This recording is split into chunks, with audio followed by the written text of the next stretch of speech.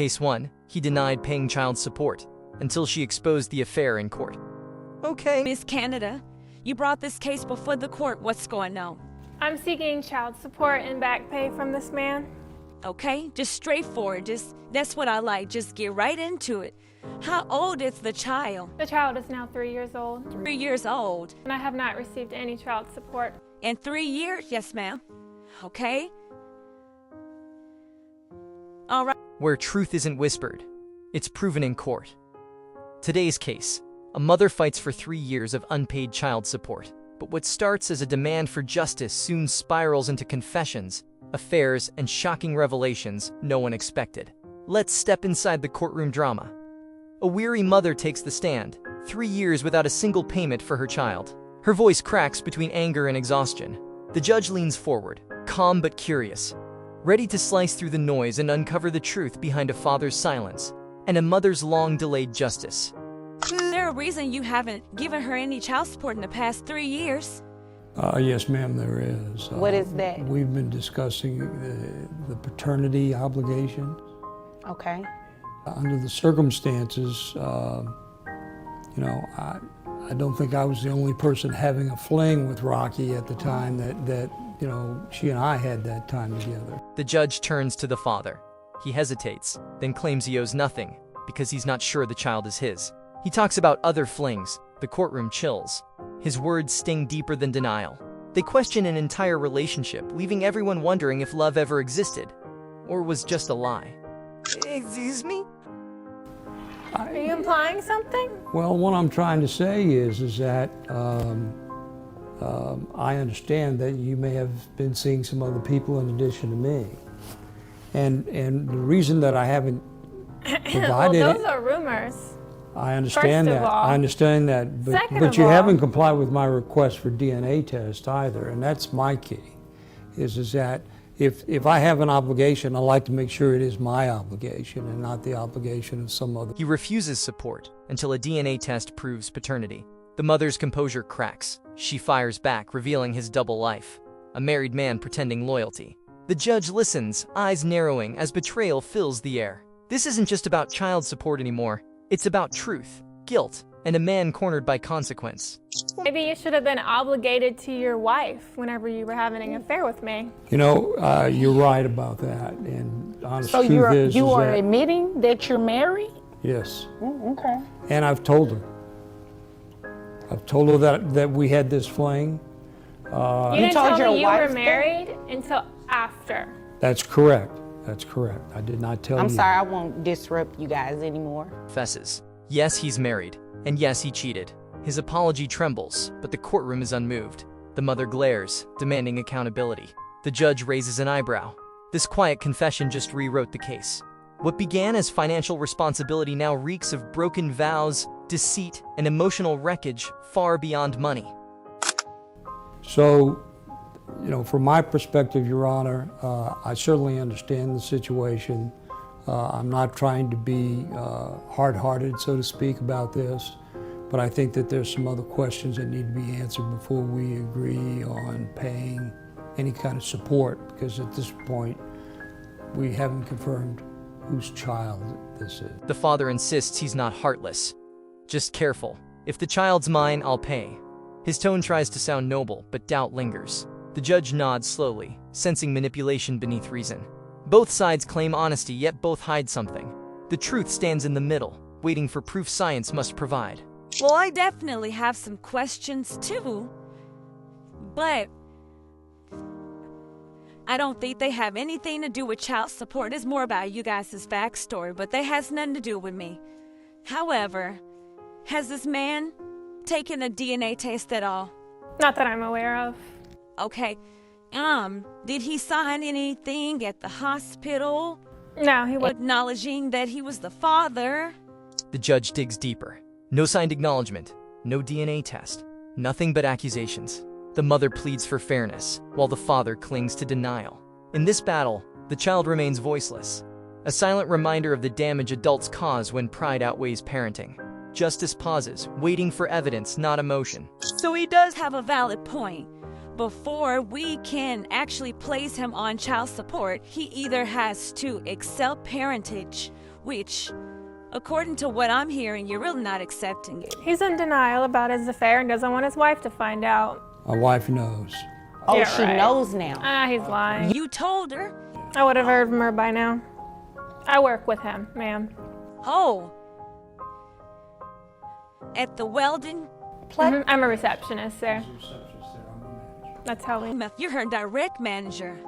Then, an explosion. The mother reveals she works with his wife. The courtroom gasps. The affair wasn't just personal, it's professional chaos. The father's face drains of color. His secret life is no longer secret. Even the judge struggles to keep composure as betrayal echoes louder than any gavel strike. Man, whew, wasn't expecting that much tea this morning. So, yeah, he's entitled to a DNA test. Sure. Okay, so before we can move forward with anything in terms of child support, looking at your financial documents you provided, he first needs to get a DNA test. The judge finally intervenes, restoring order. Enough drama. DNA decides this. She orders testing before any child support can be set. Papers shuffle, tempers cool. The emotional storm slowly settles, but the damage lingers. This case has turned from legal to scandalous. Proof that truth in court always demands a price. So what I can do is you guys go and get the DNA test, and then you can come back at a later date. Possibly if he's the father. If he's not the father, you are more than welcome to bring back as many people as necessary. I'm not implying by any means that what he's saying is true, right? He's definitely is not the father. You can bring back as many people as necessary to get DNA tested, and we actually find the father and place him on child support. Well, I know who it is, so that's not necessary, but thank you. If he's the father, support will be enforced. If not, the search continues. The mother smirks, saying she already knows the truth. The judge stares, half doubt, half sympathy. Everyone senses closure approaching, yet tension still grips the room. Sometimes, knowing the truth hurts more than living with uncertainty. Okay. Is there anything further? Your Honor, can we get your assistance in having this thing compelled so that we can get this DNA testing done expeditiously? Oh, yeah, most definitely. And it will be done through the Attorney General's office. Okay. Because they are actually on site in the courtroom, and it will be in the courthouse. Judge grants the request for a DNA test through the Attorney General's office. Quick, official, final. Both nod in quiet acceptance. For now, words end. Evidence will speak next. The mother hopes for justice. The father prays for relief. The courtroom empties, but the story is far from over. It will be much easier and free to you all to go ahead and use their resource. Okay? If there's nothing further, you all are dismissed. Thank you. Rocky, You're welcome. if I have obligations here, I'll stand behind them. I appreciate that. Okay. Thank you. You're welcome. It's dismissed, pending results. Silence replaces shouting. Two lives walk out, bound by truth yet divided by guilt. Every verdict begins with courage and ends with consequence. Some cases close on paper, but never in the heart. Stay tuned. The next revelation is already waiting behind another courtroom door. Case 2. Grandmother fights to take custody after daughter's death, but the judge shuts it down. Miss or Mrs.? Ms. Miss Berkeley, you brought this case before the court. What's going on? Your Honor, I'm here to get custody of my grandchild and also to make my or soon-to-be ex-son-in-law to pay the child support. My daughter was diagnosed with lymphoma, and Your Honor, it was a long and difficult process, as you can imagine, and he wasn't up for it, and he left. Grandmother stands before the court, trembling but determined. Her daughter died from lymphoma, leaving behind a little girl, and a father who walked away. Now she's fighting for custody and child support, determined to protect what's left of her family and hold a man accountable for abandoning them in tragedy. And So I went and helped my daughter and helped my granddaughter through this process.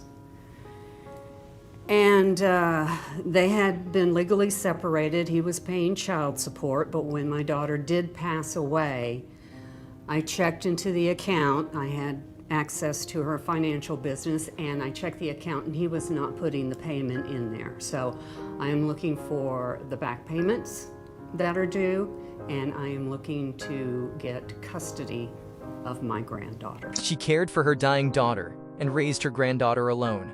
But when her daughter passed, the payments stopped. She checked the account. Nothing. Now she's demanding back pay, determined to make the absent father face responsibility. The courtroom grows quiet as grief turns to defiance, and love turns to legal war. Make sure I'm clear. Your daughter is deceased now. Yes, and my condolences. Thank you. You're pretty much trying to step into the shoes of your daughter. Yes, ma'am. Okay, I think. I think it would be far more appropriate for me to be raising the daughter than for him. Okay. Why do you believe it would be more appropriate? He has a lifestyle that I don't necessarily think is best for raising children. Okay, well, I guess I'll get that from him. The judge clarifies. Her daughter is gone. The grandmother nods, eyes wet. She wants to step into her daughter's shoes. She says the father's lifestyle isn't fit for a child. Her voice shakes, but her conviction doesn't. She's ready to prove that love, not blood, defines who's truly family. Alberts? Yes, Your Honor.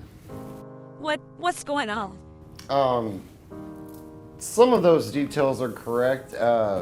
Which ones are not correct? The fact that I bailed on my wife, our marriage was over a long time before that diagnosis, and we mutually agreed that I would pay child support, that I would support her financially, and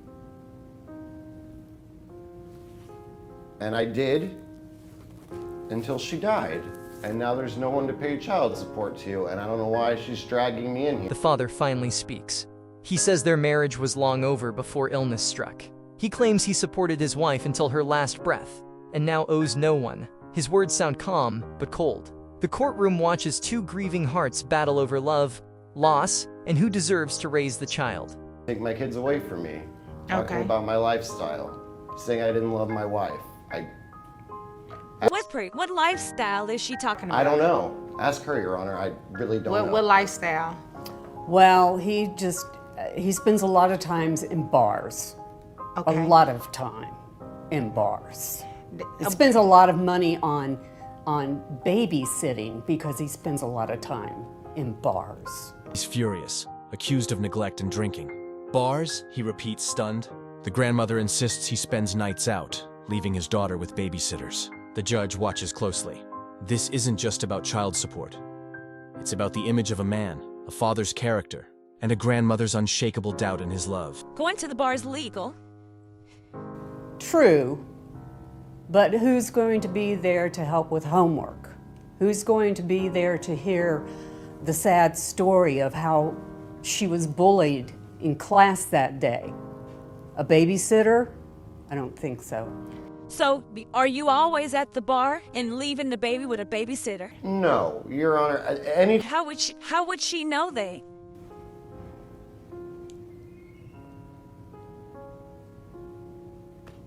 Maybe because I call every night to say goodnight to my granddaughter. She says she calls every night, and it's always the babysitter answering.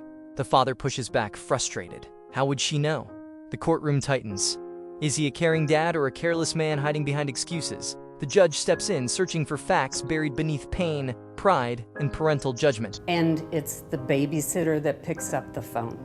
Okay, so you don't necessarily know whether he's there or not, right? Well, why would there be a babysitter there if he's there? Well, I don't know, but I'm just saying, you don't necessarily know if he's present or not. You just know that the babysitter picks up, right? Yes. Okay, technically, yes. The judge breaks it down. The grandmother assumes too much. She doesn't truly know what happens in that house. Facts must lead, not feelings. The courtroom feels the sting of truth. Love may be real, but law demands proof. And in this moment, Emotion begins losing its battle to evidence. Technically, you don't really know what he's doing unless you are actually at the bar with him. Or you have someone spying on him, which is completely wrong. But that really has nothing to do with why we're here today. His child support should have stopped. Because there is no one to pay the child support to. Your granddaughter lived with your daughter, right? At the time of her death? The judge explains that child support ends with the mother's death. The grandmother looks crushed. She believes she could claim it for her granddaughter.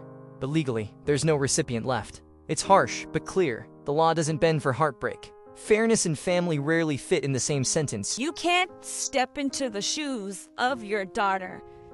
The only other living parent is Dad. True, but Dad was not around for the last 2 years. I was. Right, but the child now has been living with Dad since your daughter passed away, right? Yes. And when did your daughter pass away? About a year ago. Yeah, your rights are not superior over his. In this Judge explains, only the living parent, the father, has rights now.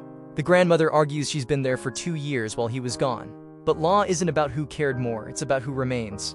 The father regains custody, and the grandmother watches helplessly as her case begins to crumble. There wouldn't be. There is no reason why he should be paying child support to you. You had access to the account that the money was going into because of your daughter. But now that she's deceased, there is no one to pay the child support to, so he should not be paying child support anymore. So he did the right thing, you just may not agree with it, but I do not agree with it. The judge ends debate. He doesn't owe support anymore. The account once held for the daughter's care is now closed. The grandmother pleads, but law stands firm. Her love is genuine but powerless. She came seeking justice but finds only boundaries, where love ends and legality begins. You need the money. I don't need the money. I need to make sure that my granddaughter is getting everything that she deserves. But how would you know that if she lives with him? Now, if she lived with you, that would be valid. But if she lives with him, you can't necessarily speculate and say what he is or he isn't doing. Well, I know what my granddaughter tells me. Well, we're not going to go into that because children aren't very honest all the time. And how does this child? 6. The grandmother insists it's not about money. It's about care. She fears her granddaughter isn't getting what she deserves. But the judge reminds her she doesn't live with the child. Without custody, her claims are only words, not proof. Love isn't enough to win in a courtroom built on law. A very big imagination. So, I can't do anything about that. He should not be paying child support. And I'm assuming you covered a child on health insurance. The only thing I can order, pretty much is that he maintains that child support. The medical support on the child, but other than that. And that's through your employer? Yeah. The judge softens, acknowledging her concern but standing firm. He'll maintain medical support, she says. The grandmother nods, but her heart aches. The father quietly agrees, ending the battle with a promise. He'll cover his daughter's health. Justice may not heal wounds, but it can at least protect the child. That's all that he can be ordered to do. I'm not going to make him pay child support for a child that belongs to him and that lives in his house. Fine. Okay. Is there anything further from you? No, Your Honor. Anything else from you? What if the child wants to come live with me? Well, she's 6, and you're not her The parent. judge closes the case. The grandmother's request for custody is denied. She asks, "What if the child wants to live with me?" The judge sighs. She's 6. She doesn't decide. The truth cuts deep. Sometimes love has limits, and law doesn't always comfort the ones who care most. She does not get to make that call. Now, Dad starts doing something like if it's actually proven that he's being neglectful and going to bars or anything like that, and the child ends up living with you, then yeah, but you're not the parent. So unfortunately, I can't do anything about that. Okay, if there's nothing further, you all are dismissed. The case ends in silence. The father wins custody. The grandmother leaves heartbroken. knowing she fought from love, but lost to law. The judge's gavel falls, echoing truth. In Judge's Zone, justice may protect the law, but not always the heart. Some battles end without a winner. Case 3. Dad loses control in court after ex's shocking comeback from addiction. Mr. Malkovich, am I saying it correct? Yes. Okay, you brought this case before the court. What's going on? Where do I start? At the beginning? Okay. Well, cut to the election. The Great White Hope gets elected. I thought our household would be happy about it. I find out I'm married to a libtard. And she starts going off the handle, and like eventually she's just partying and doing all this nonsense and gets on H, smack, like a loser. A husband takes the stand, furious and frustrated. He claims his wife spiraled after the election, falling deep into addiction. What started as political arguments turned into late-night parties and substance abuse. He calls her names, vents his anger, and paints himself as the betrayed husband holding a broken family together. It was off the rails, leaves me, we got 2 kids, 2 and 5-year-olds, and just leaves me to take care of these kids.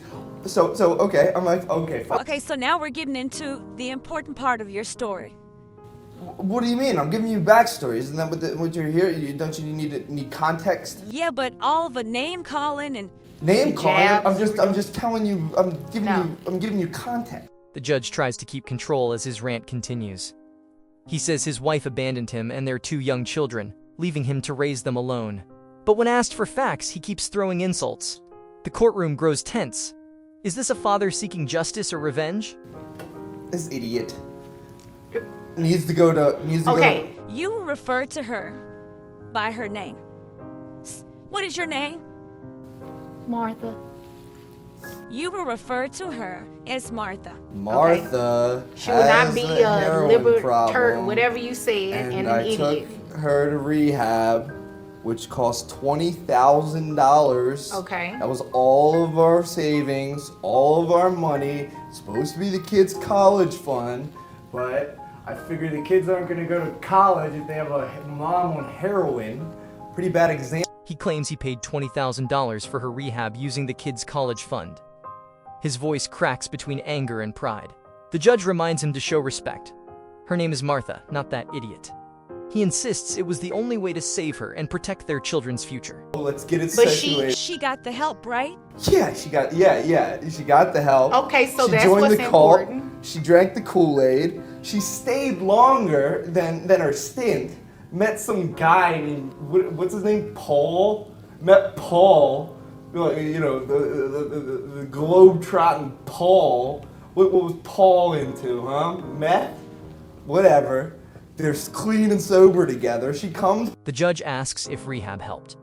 He smirks, says she stayed longer than expected, met a new man named Paul, and came back clean and sober. His tone turns bitter. He mocks her recovery, calling Paul the globe-trotter. The courtroom shifts. Is this healing or jealousy talking? You know, after spending an extra Mr. Malkovich. What? Excuse me?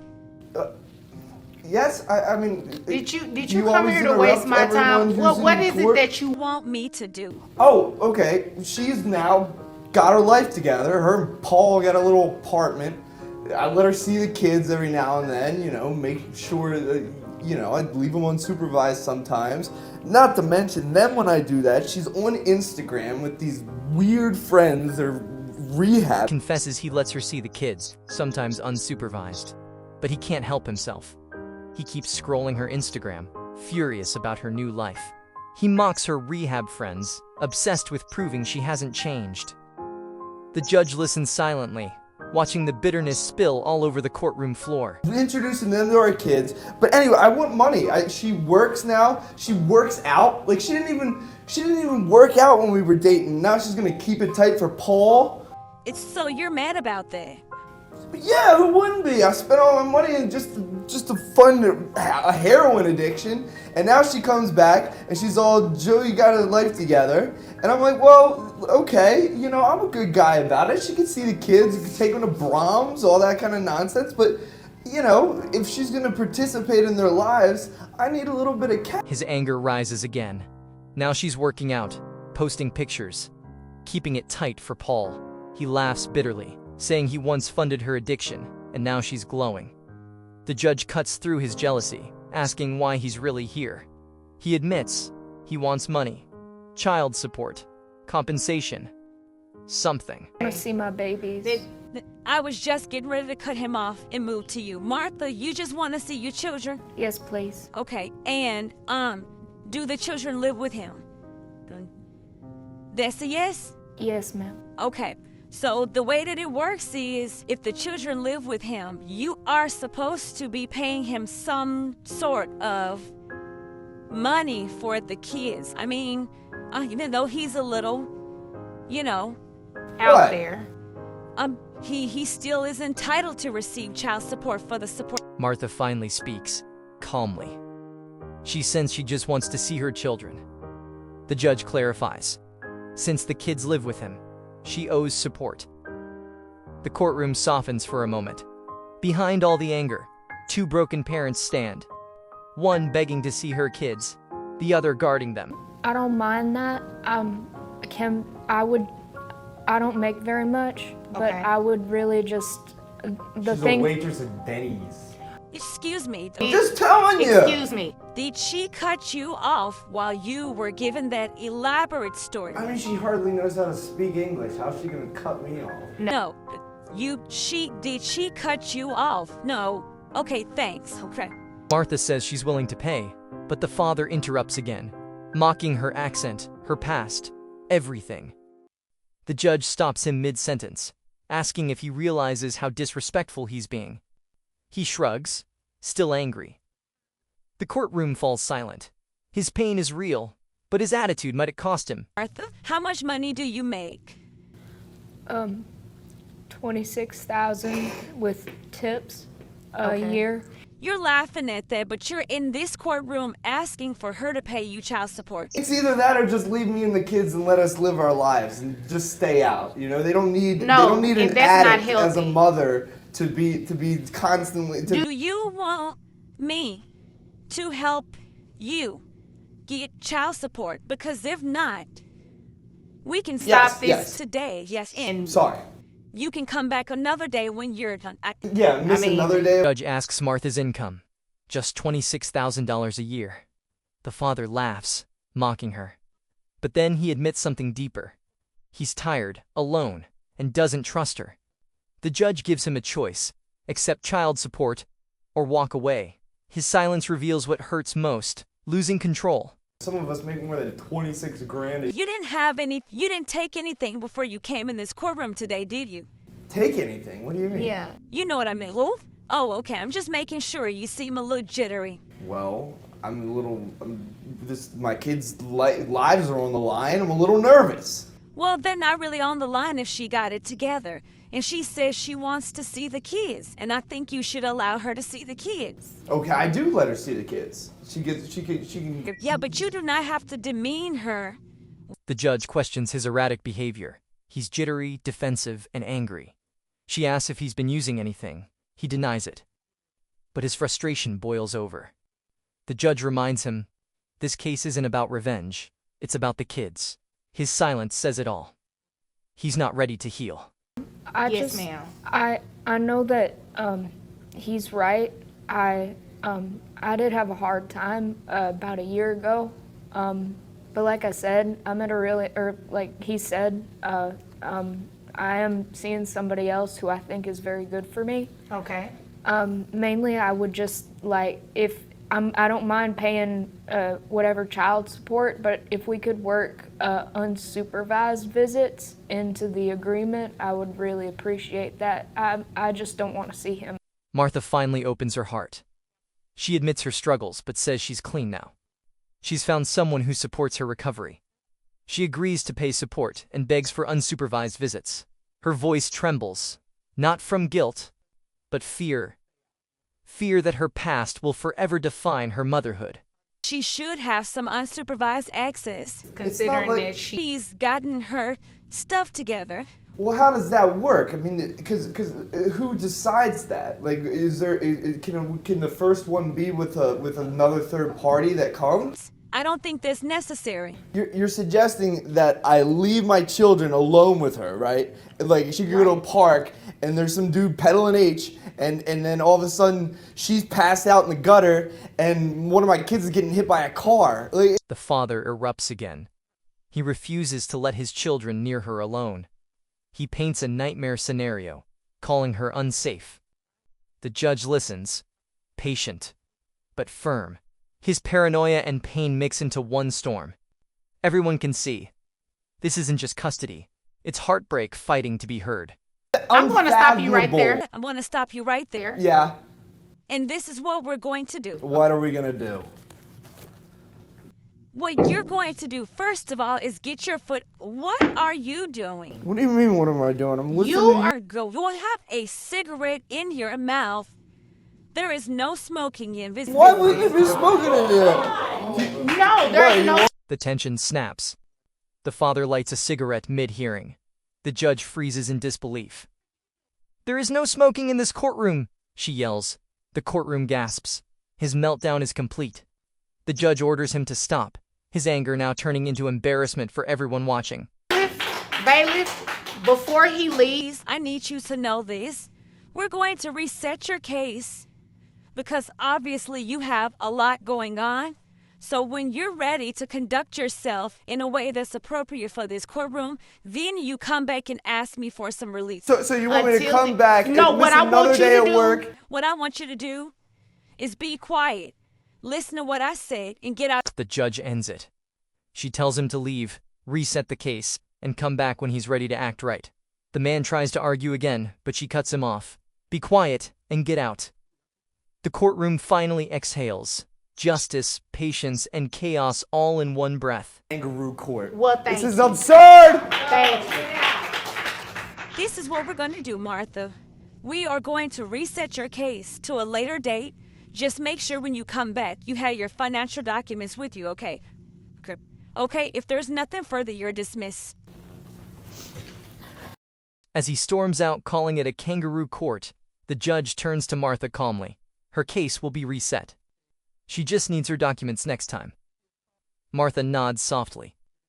Amid the shouting and shame, she finally finds a moment of quiet hope. Maybe next time, she'll be heard. In every courtroom, truth battles pride, love fights betrayal, and justice never sleeps. Each verdict reveals more than guilt, it exposes hearts. You've just witnessed 3 unforgettable cases only here, on Judge Zone. Subscribe, because the next judgment might shake you to your core.